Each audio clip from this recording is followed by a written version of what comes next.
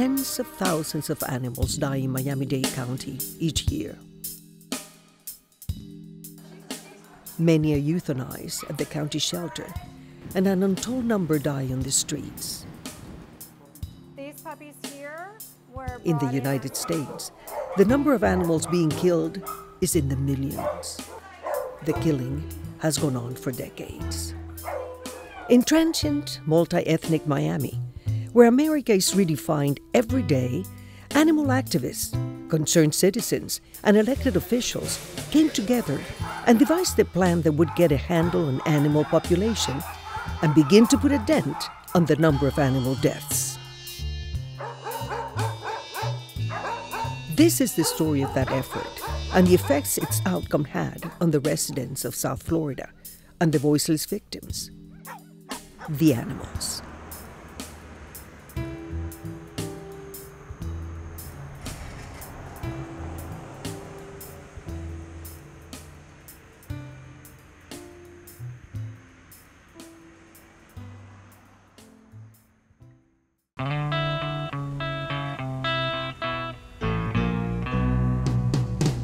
Redland, Florida is 20 miles southwest of downtown Miami. It is primarily an agricultural area. It is also a dumping ground for unwanted pets. Animal overpopulation and abandoned pets are not only a problem for Miami-Dade County, it is a national epidemic.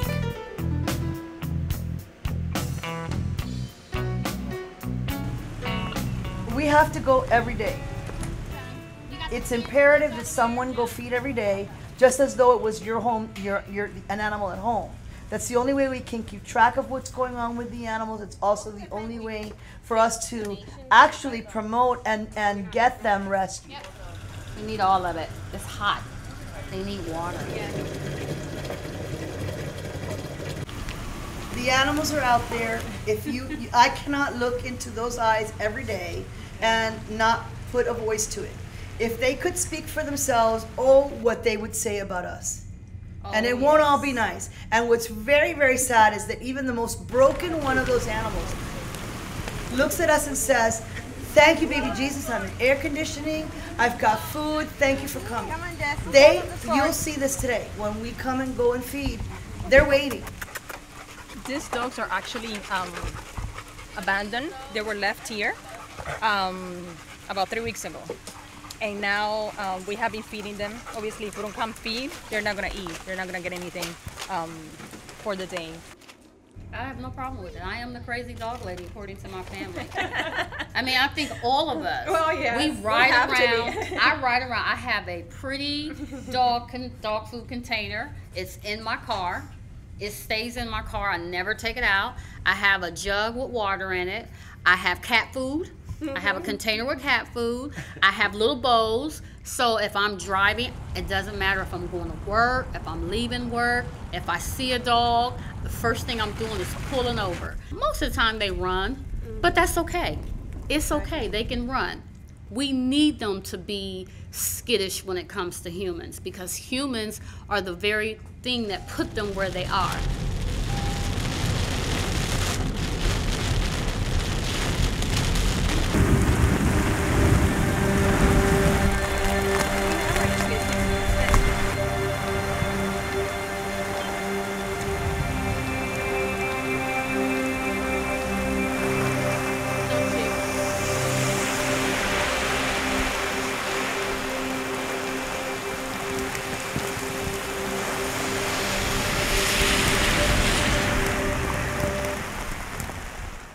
I have just always been interested in helping the community when I see a problem. One of my very first things that I did when I lived in Miami was I realized where I lived they needed a stop sign, and nobody ever did anything about it.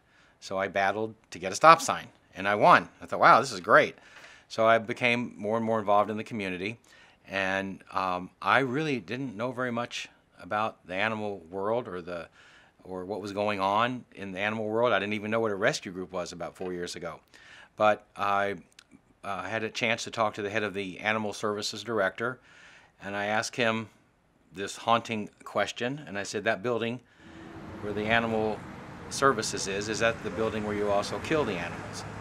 And he said yes. And the very obvious next question was, how many do we kill a year? And he said about 20,000 last year. And I was just shocked. I have lived here over 30 years. I had no idea this was going on. And so, I roughly calculated that's 60, 70 every single day, every day. And I said, are they all sick? He said, no, none of them are sick, or not very many. So why do you do it? Well, there's just too many. The place only holds 400 or 500, and 130 come in every day. I have been in rescue for over 25 years. I've helped many of the different rescue groups. I've done everything from cleaning the kennels to giving the puppies their shots and medicine, to fundraising, to adopting and fostering. And I finally realized there is no way we can adopt our way out of this. We cannot foster our way out of this, that we have a severe overpopulation problem. And 4 years ago, when I got a call from Michael Rosenberg, he came up with an easy, brilliant solution. And that was, everybody is responsible. I said, what do we need to do to fix it? How do we solve this problem? And I'm thinking, stop sign, right? You get a stop sign, you get the stop sign, you solve the problem. So he said, well, we need money. How much money do we need? Well, I don't know. It'd be a lot towards spay and neuters, also education programs, surrender programs, rescue group programs. I didn't even know, like I said, I didn't even know what rescue groups were. So I said, just tell me how much we need. And that's when he did a calculation. They did a calculation at Animal Services, came up with $20 million. And I was very clear that I like to solve the problem. I don't want to get, if you look at this as a leaky roof, it's not get 5 new buckets. It's put a brand new roof, reinforce the roof, solve the problem. If we're going to do it, let's solve the problem once and for all. 30 years is enough of this. So they came up with $20 million. He said, where are you going to get $20 million? I said, well, it's a community problem. This animal problem is a community problem. It affects all of us. So let the community participate in the solution. When we brought this to the commissioners and the mayor, they saw that this was a win-win situation. They knew that we're spending so much more to kill our animals. It's $300 to kill when it's only $65 to spay and neuter, and in a couple years we won't even have this overpopulation problem.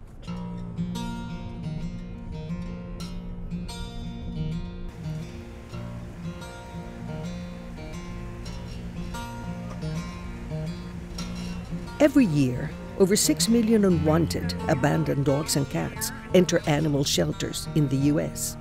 Sadly, much of the funding assigned to combat the problem of overpopulation goes towards euthanization. Nearly half the animals that enter the shelters don't make it out alive. Animal rights, to me, it simply means preventing cruelty to animals. I became involved in this just because I can't stand to see somebody be cruel to an animal, or be cruel to a child, or be cruel to an old person, or be cruel to anybody, really. So to me, it's simply about cruelty, and I can't stand cruelty, and it's just something that needs to be opposed and not allowed. So to me, it's very simple. Overpopulation is a problem, and just like human overpopulation is a problem, they both exist, just like hunger and illiteracy and poverty. This year, in 2016, 2017, the New York Times ran a full-page story about stray dogs. And the New York Times put the number at 750 million stray dogs. In 2007, founder of the No-Kill Advocacy Center, Nathan Winograd, authored a controversial book, Denying Pet Overpopulation. Winograd places the blame of overpopulation on mismanagement of shelters, which, in his estimation, leads to overcrowding. The no-kill theory stands against most animal advocates' fundamental belief that animal overpopulation is a real problem. If we don't spay and neuter, we are not going to solve this problem. I can tell you from the bottom of my heart, I know that. I mean, look what it takes just for an exotic invasive to get involved in the wilds here. Think about domesticated animals that they're so much more plentiful out in the streets. We can't stop that. It's just, it's monetarily, physically impossible to build enough shelters, to build enough homes, to find enough homes for all of these animals that continue to reproduce uncontrolled out in our streets. More than anything else, I think it's become a public health issue in our communities. And we understand that making sure the pets are vaccinated, they're well taken care of, they grow up in loving homes is important to everybody in our community. Spaying and neutering is absolutely critical to control the pet population, to have healthy pets. And most people are well educated on the subject. In addition to that, there's a financial reason why we want to participate. And that is our communities are spending an enormous amount of money killing pets. If we could control the population, we'd spend a lot less money and have a lot less grief about having to euthanize pets. Motivated by the general consensus of the ills of animal overpopulation, the Pets Trust movement was born and began their journey into the sometimes complicated, murky waters of local government.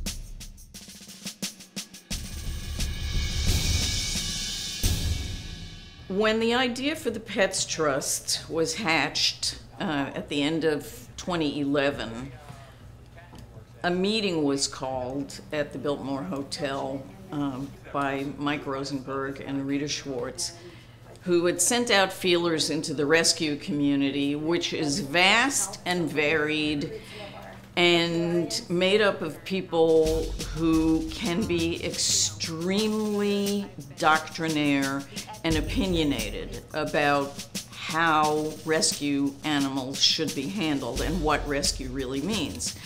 I had been covering all things animal at the Herald for many, many years, including animal services, and I knew well how fractious this community could be. And I remember going to that first meeting at the Biltmore and thinking, these people are just going to kill each other. You know, there's no way they can ever agree on a big picture project, because the arcane nature of what one cat rescue does compared to what another cat rescue does, or what one dog rescue does compared to how it was just mind-boggling. And at the end of that meeting, even though there were many questions and there was a little bit of back and forth, a coalition was born around a brand new idea for saving animals in Miami-Dade County. The Pets Trust name was adopted from similar trust efforts set up in Miami-Dade County, the Children's, the Homeless Trust. A trust is a dedicated source of funding established by a special voters' referendum. After meeting with several commissioners and Mayor Jimenez, it was decided to put forth a straw ballot question to Miami-Dade voters asking for a special tax to create a fund that would improve animal services, which included the decreased killing of dogs and cats, the funding of free and low-cost spay-neuter programs, low-cost veterinary care, and pet ownership educational programs. Resolution placing a non-binding straw ballot question on the general election ballot in Miami-Dade County, Florida, to be held on Tuesday, November 6, 2012, for the purpose of submitting to the electors of Miami-Dade County whether they support the County Commission increasing the countywide general fund millage by 0.1079 mils to fund improved animal services programs in the county. Item 2A. I have been involved in pet rescue most of my life. I see the hard work the volunteers put into their organizations, and if they are lucky, 500 pets get adopted in a year. It's never ending. The number always rises and never decline. What about the thousands that don't get homes? What about the ones that are euthanized because there are just too many? A day doesn't go by that I don't think about how many innocent animals are being taken. 1 minute, a beautiful, lively creature full of love, next being euthanized for something as simple as lack of space. I'm probably the most naive person in Dade County. I just believe that all our elected officials just are there to just do good things. And so I just believe we had to educate them about the problem, and they would understand that since they're here to do good things, they would just agree. So we went to made appointments with commissioners to see if they would put it on the ballot and sponsor this program. And I think about the third commissioner we went to was Commissioner Sally Heyman. And she just jumped right away. Yes, let's put this on the ballot. This is great. So I'm happy to sponsor it. It's a straw ballot. It will be in November. It'll be up to the trust to educate the community on its validity. Thank you very much. Yes, Commissioner. Yeah. The referendum question presented to Miami-Dade voters was a non-binding resolution. This was because Florida's statute prevents local voters from raising their own property taxes. On July 17, 2012, the Miami-Dade County Board of County Commissioners unanimously voted to include the ballot question on the November election of that year. The question was written by county attorneys. Animal activists and rescuers throughout the county quickly got behind the initiative. It was an important moment for those that had for years been involved in animal welfare.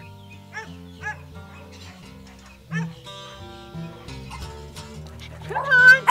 Woof, woof, woof, woof, woof. A lot of people help people. My motto or my whatever slogan, people have conscious choice, animals don't.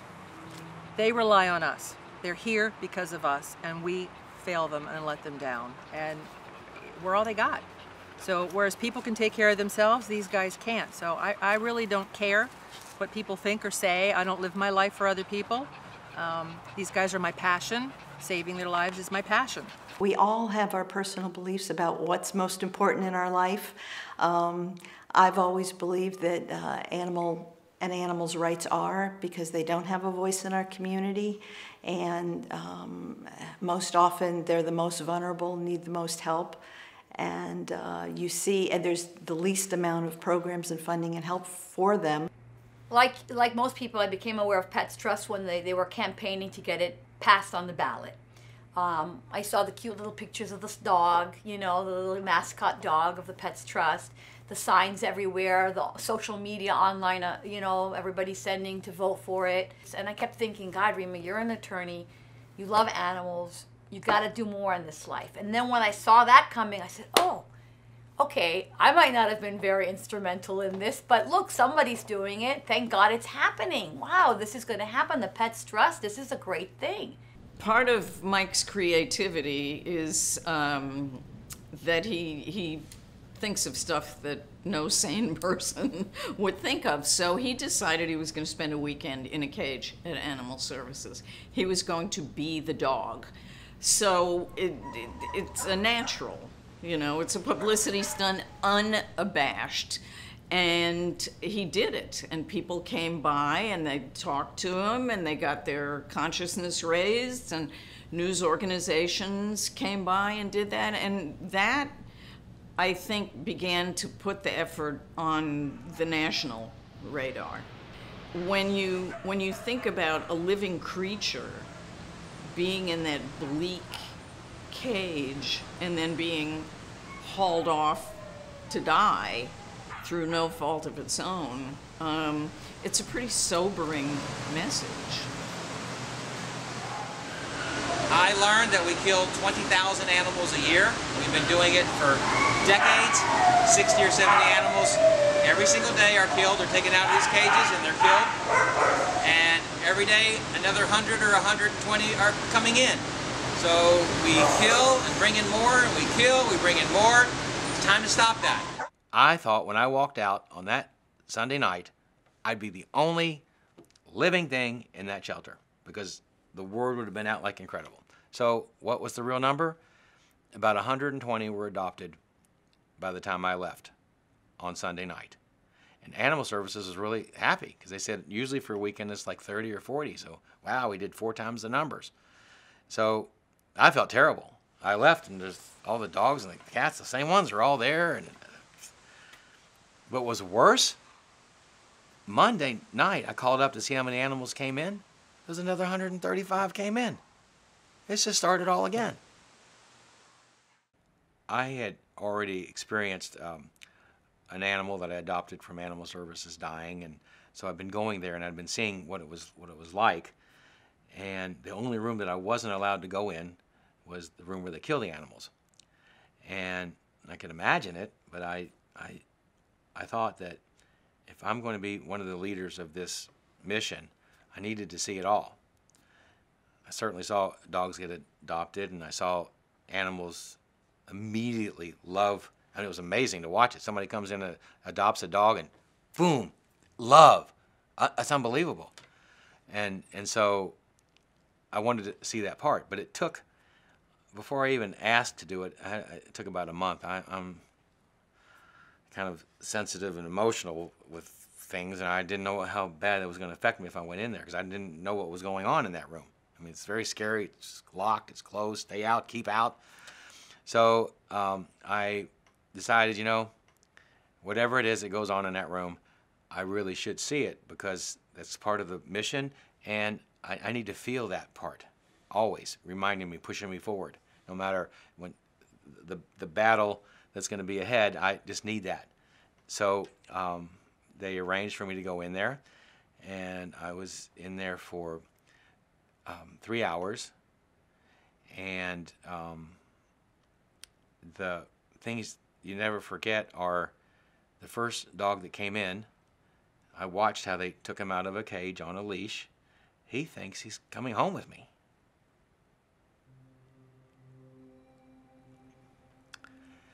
And so he's jumping and playing, and so we go into the room, and they pet him and stuff, and somebody holds him and turns his head sideways, and they take a shot, and they stick it in his paw, and he just, his tail's wagging like this, and he's playing, and this is what I'll never forget. And it goes slower and slower, and just collapsed, and the body fluids come out. That's one, with 60 more to go. That's one.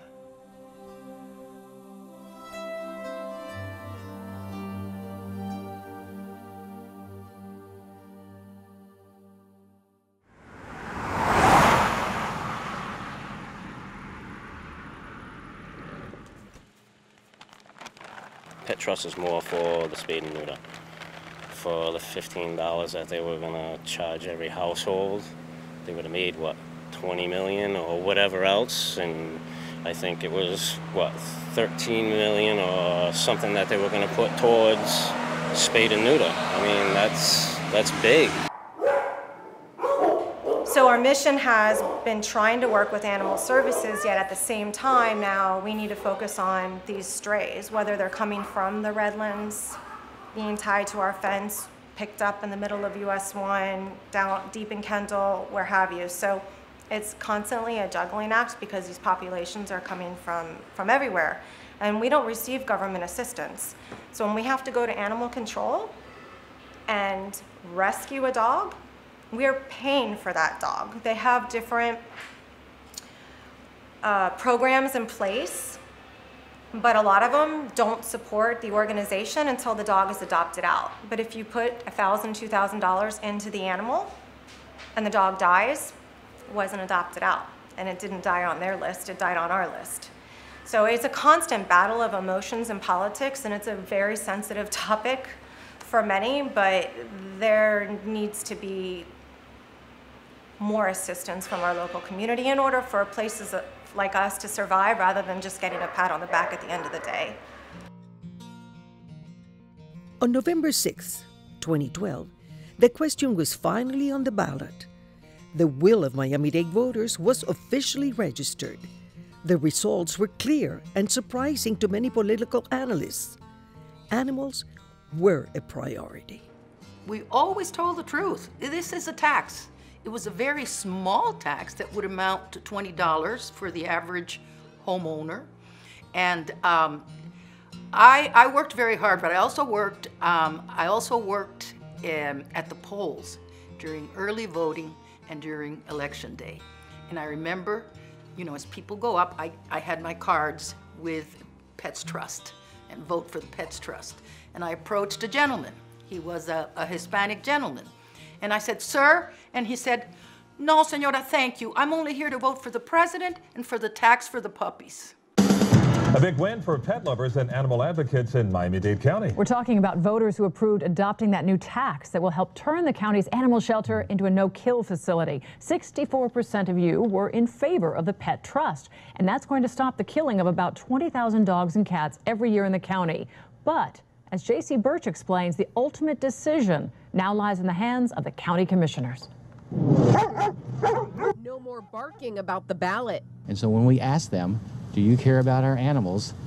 They said yes, and not only said yes, they're willing to invest in the animals. 64% of Miami-Dade voters agreed to take a bite out of their wallet with increased property taxes to fund the Pets Trust to support saving cats and dogs. It's definitely going to help us save a lot of animals and really achieve those goals that we're trying to get to of no kill. The director of Miami-Dade Animal Services knows the biggest problem facing the shelter is overpopulation. And so this vote really demonstrated that people were willing to put their money where their mouth is. They're willing to tax themselves a greater amount in order to protect the health and well-being of animals. We love Fido. We love Snowflake. They're our babies. And we don't like the idea of an ineffective shelter, a shelter where animals are kept perhaps for too long, a shelter that euthanizes, not when no-kill shelters are definitely the wave of the future, if they can be brought on board. And so this was a very progressive, and remains a very progressive initiative. This is just a straw ballot measure. That means it has not passed yet. The county commission has to pass it. Now, if they do so, then this could be in the budget by 2013. Remember, homeowners, this will cost you roughly $20 a year, and this could become a model for other counties around the country. Calvin and Lori, this does not include the new shelter that's being built, and that will come around in 2014, but that has already been budgeted. Interestingly, the mayor, Mayor Jimenez, when he ran for election in August elections, actually, if you add up the votes that he got in his 2 elections for mayor, it's still not as many as who voted for the Pets Trust in 2012.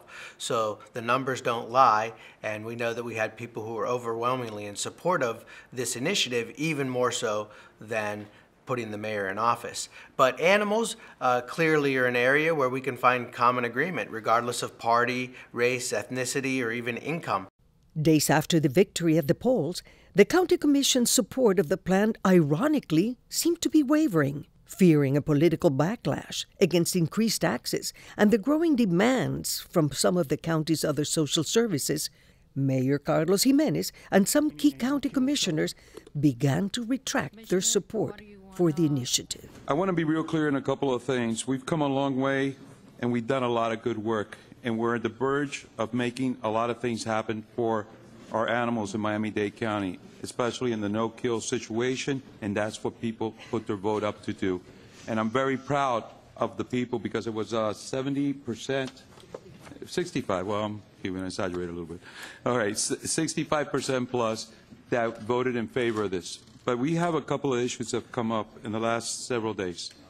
Those issues are from people that are professional, groups, and others that feel that they had not been actually had the chance to give their opinion. Politics happened, and politics happened in a couple of ways. One, right at the end, the Veterinarians Association realized that all this free, low-cost spay-neutering was going to cost them money. You know, why should someone pay $200, $300 to get an animal neutered at the retail vet when they can go to a mobile clinic somewhere and, you know, $15, $20 later, they're good to go. At that point, somebody threw into the mix of this the phrase brick and mortar. And that was a ploy to cast the spay-neuter effort as a business that would compete with the retail vets.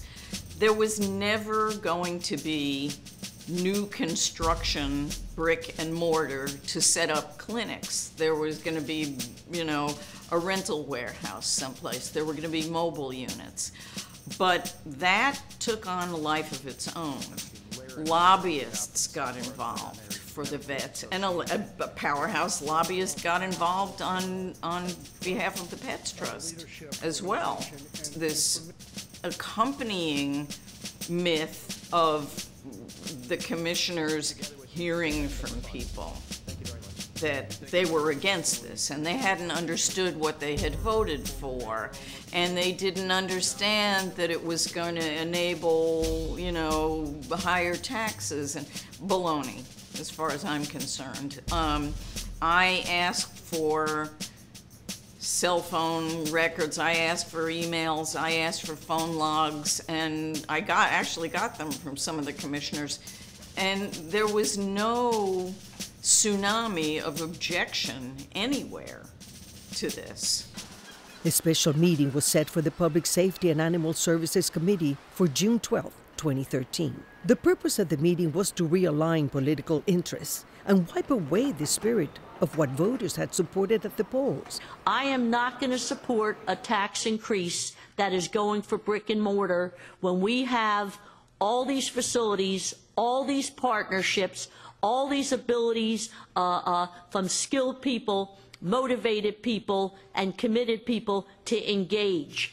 We feel that these changes will maximize the utilization of currently underused facilities and resources in providing for the necessary spays and neuters to take place without taxpayer dollars being spent on bricks and mortar. The way the question was written and was voted for many, I have received phone calls from people who told me, I didn't know I was voting to increase my taxes. It was clear the commissioners and mayor had decided to backtrack from the agreed-upon plan. The strategies to low-cost spay and neuter devised by the Pets Trust were eliminated, as was the name Pets Trust itself. On page 11, what started out as a collaborative effort quickly deteriorated.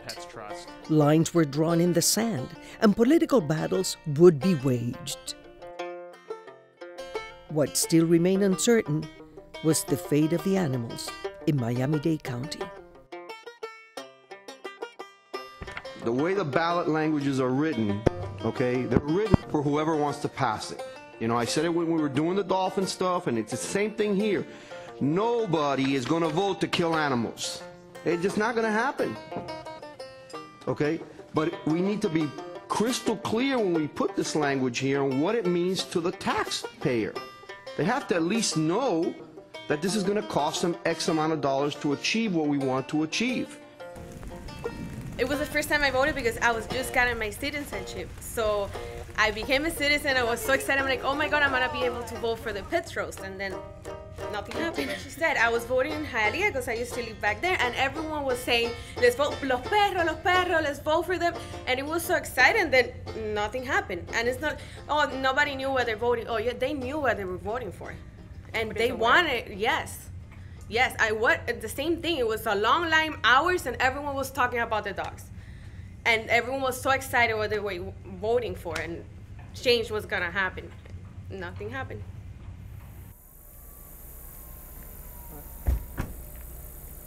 Well, that's one of my dogs I've been feeding for a while. I'm afraid he's been shot. We have it happen often. And not having a place to bring him to a rescue, we have to leave him here. There's no funding, so we haven't the money to bring him in or foster. So now he's dead. What do we do? Next item is 3H, resolution accepting the Animal Services Department report of recommendations for attaining a no-kill shelter. The straw ballot language that was proposed to the voters, why didn't it put the actual dollar amount that it would ultimately cost the taxpayers? The total that would be yielded was 18 to 20 million. and I believe it was about $18 a household. I don't have that specific figure, but I believe that's what it was. And there was a up to amount on the millage rate, which was .1079 mils. Have we looked at other ways other than raising taxes to be able to fulfill this no-kill desire? We trying to do all types of programs within our resources. I think I could do a little bit more, but I don't think that we can achieve that number of 90% without the additional resources. I think the money is needed to get to that goal. Mayor Carlos Jimenez and Animal Service Director Alex Munoz distanced themselves from the proposal they once championed. Suddenly, the $20 million figure they recommended to address animal overpopulation was no longer necessary. Just over 2 months after Animal Services Director Munoz cited the $20 million figure, Mayor Jimenez told the Miami Herald editorial board he only needed $4 million. You know, I backed off on the general fund, on the countywide with the Pets Trust. We didn't need the $20 million, and we spoke to the Animal Services. Okay, what is it that we need to do in order to comply with the wishes of the people? And they came back and says it's about $4.5 million. And so we said, okay, roll that into like I said, I had more flexibility with the countywide. You can do more things, and so that's what we did. And so that's off the table.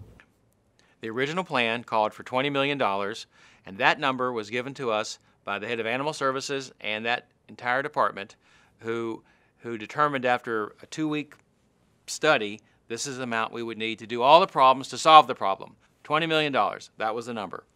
And it was completely detailed where it was going to go. 3 days before the commission meeting where they were going to determine how much budget was needed, the mayor said Animal Services told him he can do it for a little over $4 million. Now, I don't know where that number came from, because months and months and months and months before that, the number was $20 million, and all the programs that were involved added up to $20 million to truly solve the problem. So the mayor said they could solve it for the $4 million. Well, he's completely wrong, as you can see by the results of what's happening today. It was one of the greatest up and down feelings I've ever had in my life, to have that pass and say, my gosh, we got a plan here. We're going to be a role model, not just for Florida, but for the country in this whole incredible effort. And then to have people say that people didn't understand, I've never heard of that in my entire life. I've lived here most of my life here in South Florida. I've never heard anybody say, oh, they didn't really know what they were voting for. I've never heard a politician say that when he gets elected, oh, you know what? I need to do that again because I don't know if they knew what they were voting for. It's one of those things that really floored me. I've listened to the people. This is my responsibility as the mayor, to listen to all the people of our community. They simply aren't ready to pay more for government services right now. The Pets Trust initiative was temporarily derailed. It was shocking that they didn't enforce it after they had said before, if the people want it, we'll put it in place and we'll implement it. And it didn't happen, and it was the biggest betrayal of voters' will that I've ever seen, that I've been personally involved with. If any of you had won, it was just political cowardice and short-sightedness and lack of leadership. People thought, and a lot of people, not just advocates, but average people on the street, that pet lovers, non-pet lovers, people that are paying attention, people that are not paying attention, a cross-section of the community that voted for that, almost 500,000 people voted for that. They didn't think it was a straw poll. They thought their vote mattered and it counted. And I believe there's a big amount of those people that might not have even otherwise voted, some of them, some of the advocates. So they drive these people to the polls for a cause that they believe in. Others were there anyway and saw the sensibility of the vote, and it was almost, I mean, it was just overwhelming. And so at that point, the will of the people should prevail, irregardless of what political agendas or behind-the-scenes maneuvering and power broking is going on. To me, it's shameful. We should all be ashamed of ourselves, and if we don't take a stand against it, then we're just part of it. By allowing it to happen, we're complicit in it, then we're part of the problem and not part of the solution. When people approach me and say, you know, they want to get involved in county government and they have an issue that, you know, they want to resolve and make better, well, I tell them, good luck. And it's not an easy task. Be prepared to spend all of your time, all of your resources, and you're going to get knocked down over and over and over. For us, it's made us stronger, and just don't give up the fight. And eventually, we know it will get done. Nothing's easy, so if it's worth the fight, keep fighting. Why I'm gonna kill my dog, and you should kill yours too. An open letter to Miami Dade County. My name is Robbie Campbell. I live in Miami, Florida, and I have a dog named Penny. She's my best friend. I rescued her from the street, abused, homeless, and sick. And in spite of all the cruelty and indifference people had shown her in the past, she gave me her trust and her love. What an idiot, because now I'm gonna kill her. It's a dangerous precedent. If anyone is allowed to get away with throwing away a single vote, that's not what we do in this country, either in this county or this country. And it's a very dangerous precedent, and it has to be brought to the light because most people, I'm sure, think that what they voted for was implemented because their vote counted. And when they find out, I find that when they find out that their vote did not count, they're pretty outraged. We can make a change. Don't these people know votes don't mean shit to? If I'm correct, you originally were going to propose an increase, as reported by the Herald, in the millage rate, and then you backed down. Yes, sir. I certainly did. I proposed a flat rate. I will not increase taxes to the residents of Miami-Dade County. Okay. This is bad management. Let's talk about the pet trust. Let's talk about the pet trust. A good, effective elected official follows the wishes of his constituents. 65% of the public voted for this. Why do you ignore the public?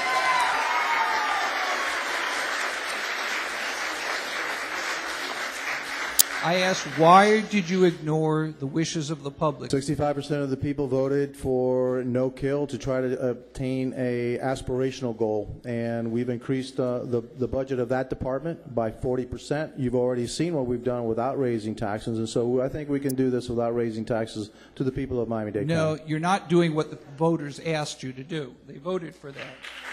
Okay. As the group intensified its criticism of Mayor Jimenez, the mayor fired back and questioned the founders of the Pets Trust motives in pushing forth the plan. Controversy, though. It was a feeling that the voters approved and said yes, and it wasn't a big number, like almost 500,000 voters. Right. And then that sort of the county, and under your leadership, you kind of stepped back and said, yeah, well, they approved it, but it wasn't required, so it didn't go that way. Why didn't you go? Because I didn't think we had to raise taxes, and it was a straw ballot. And so at the time, we felt that we didn't have to raise taxes in order to accomplish the same things. And we have accomplished the same things without raising taxes, but they want to raise taxes anyway. So they being the Pets Trust organizers. Absolutely. And by the way, why do they want to raise taxes? Okay? And who was going to control that money? All right? So that was an issue also with me. And so at the end of the day, we accomplished what the Pets Trust wanted without raising taxes. It was the right goal. It was the wrong procedure. It deceived the voters into thinking that we were bound to increase the taxes, but it could have very easily been solved. Having consulted the people with the numbers on the ballot question, we could say, let's find the money somewhere in the budget. $5 billion general operating budget, $10 or $15 million additional needed. It's 1/5 of 1%. It's not a big deal. But there was The approach was these people are malicious or radical or they have their own agenda. They want jobs. To me, it didn't seem like they did at all. There is going to be an advisory board of approximately 13 people from this community. It's non-paid board members. These people are all vested in the animal community. The head of the Veterinary Association, the head of the Humane Society, the head of a rescue group, all people that are invested have invested their lives in helping animals. The $20 million fund would be supervised by these people. So the fund would be in a special separate bank account that the county would set up because it needs to be dedicated funding. You can't just hope the money's going to be there. It's dedicated funding that's always there to help solve the problem. Those people would decide where the money was spent.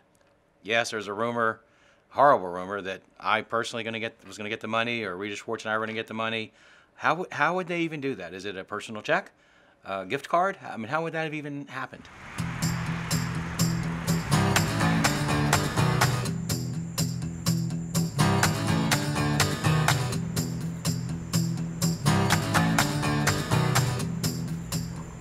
My ex-wife actually rescued a couple, tiny little things. I didn't want them in the house, but they stayed. One of them passed. I didn't know at the time that they were in an age that it was so crucial for them to be taken care of by their mother. And we have to bottle feed them every 2 hours, and finally she made it. And all of a sudden I realized how fragile they were, and even though I'm very short-sighted, I could spot a cat anywhere. So I started bringing food in my car, so whenever I saw a cat, I would get out of the car and feed them. The whole thing kept increasing, and all of a sudden I was doing 5 different colonies. 4 o'clock in the morning, I was still out there feeding cats. There was a point where I couldn't do it anymore because I lost my job, and I couldn't afford it. It's very expensive, actually, to do this. I mean, each bag, you use 3 bags, and each bag is about $13, $14, plus 8 cans. That's another $8 right there. Every day, you add it up. It takes a toll, but you can't stop. They're waiting.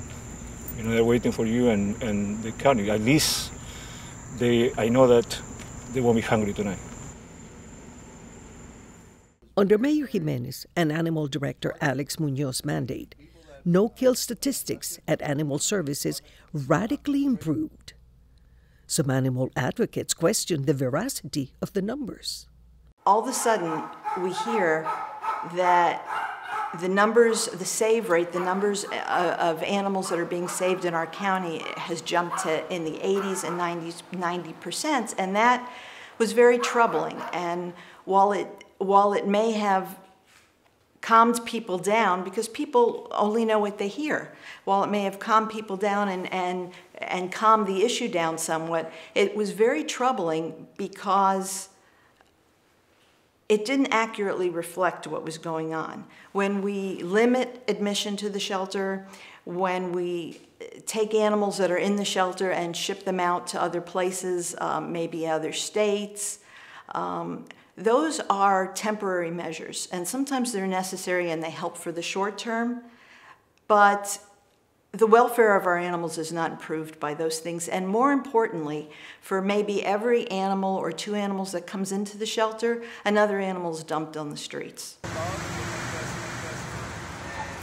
looked online, I heard you guys were open around 11 or something like that, so I figured I'd run over. Yeah, we don't have space, so you would have to come in tomorrow. We don't have the capacity, so we're going to start intaking tomorrow again from 10 to 4. Tomorrow? I can't hold the dogs for that long. Yeah, the thing is we don't have the space for it. This is public shelter, public place. This is the only place that I know of. I'm not leaving. I mean, what am I supposed to do? Leave on the street? We can't take him in. If you want, I could give you other options, which is looking online for the rescues and other options.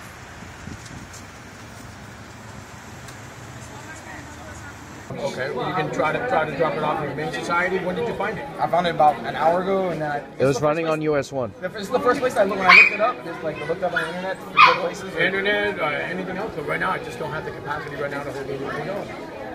How's that possible, though? Sorry? How is it possible you don't have space? Do you know how many we receive every day? So while we have Director Munoz on the line, is what Michael Rosenberg saying true? Are you limiting admission to the shelters now? First of all, we take in animals galore. So in 2011, we took in 28,000 animals. Last year, we took in 29,000 animals. So the number really hasn't gone down. But Director Munoz, is there a limit right now? Are you all practicing a quota system or a limit? No, yes or no? No limit.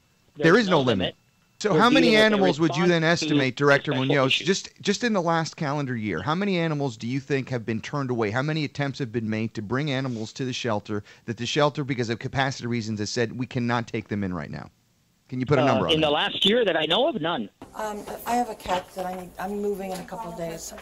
What do I do if I can't keep my cat? We'll bring it here. Yeah, unfortunately right now we don't have any space. All we do here is TNR. What that is that we spay and neuter them, give them vaccinations, keep them on the theater. Okay, you have TNR now? You don't take cats? Right now, unfortunately, we don't have any space.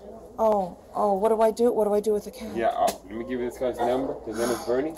He'll probably take in your cat, but you're going to have to call him and leave him a message, and he'll call you back. Oh, okay, so Bernie, a guy named Bernie will take in the cat? Thing is this, sir. We have a large population of stray cats in the county. Miami Dade County, they don't pick up cats, by the way. The only time they'll pick up cats is when they're injured or dead on the public right-of-way. But remember, we have limited space, and I mean, there's about 500,000 cats out there. We're being bombarded, and I'm literally bombarded. And I'm talking about cats. Well, I mean, I don't even want to talk about cats because since cats are free-roaming animals, it is so bad, sir, that we're not even taking, we just give them a vaccination and put them out. So this is out of control. In July 2016, a new animal shelter was inaugurated in Miami-Dade County. The bigger, state-of-the-art facility was funded as part of a bond referendum passed by Miami-Dade voters in 2004. It took Miami-Dade County 14 years to build the facility. It's beautiful, long awaited. It's been in the books since at least 2004. And I don't know what kind of mayor can act like he's so proud of himself that he didn't implement that immediately when he took office.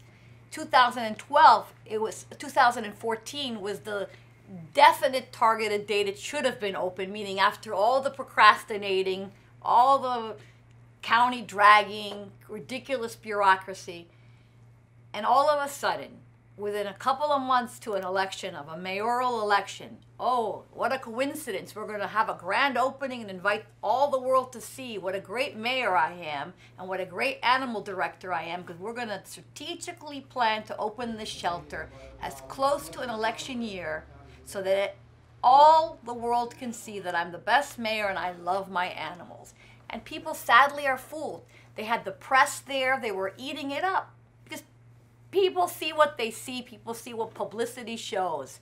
People don't sit there and dig into the details of what really happened. People don't know that this was in the book since 2004. In response to a growing number of accusations of abuse and errant bookkeeping at the Animal Services Department, in the summer of 2017, Mary Cagle, the Inspector General of Miami-Dade County, issued a report on the state of animal services.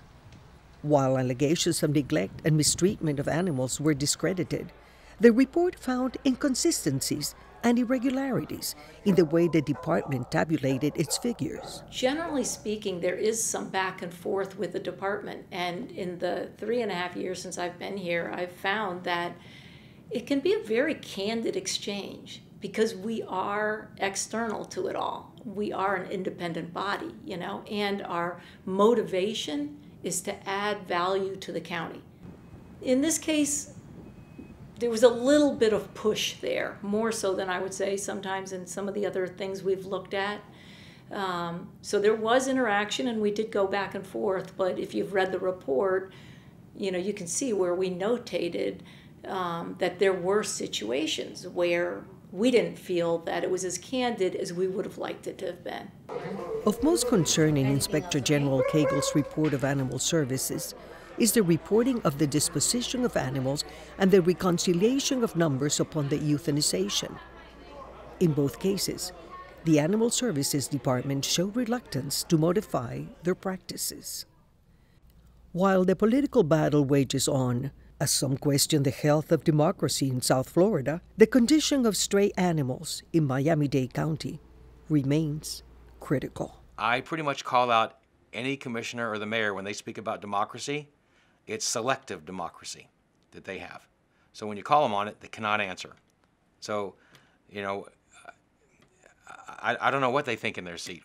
It'd be interesting to ask, I mean, if those commissioners or mayor could say, how in the world can you use the word democracy for only the things that you want when you want to win a point, but not for something you didn't agree with? I don't have an answer for that. I live by the words that on the back of one of the Pets Trust t-shirts that says, as long as animals have no voice, you will never stop hearing mine.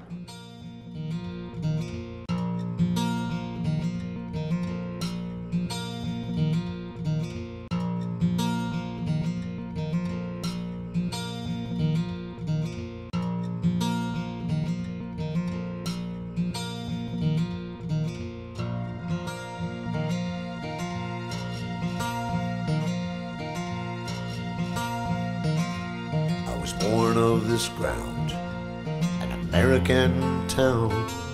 My roots are the roots of this tree. Her leaves brush the sky like my head held high, proud and free. I was raised on this story, an American glory. But I've seen you sell our story for shame. Political players playing your political game.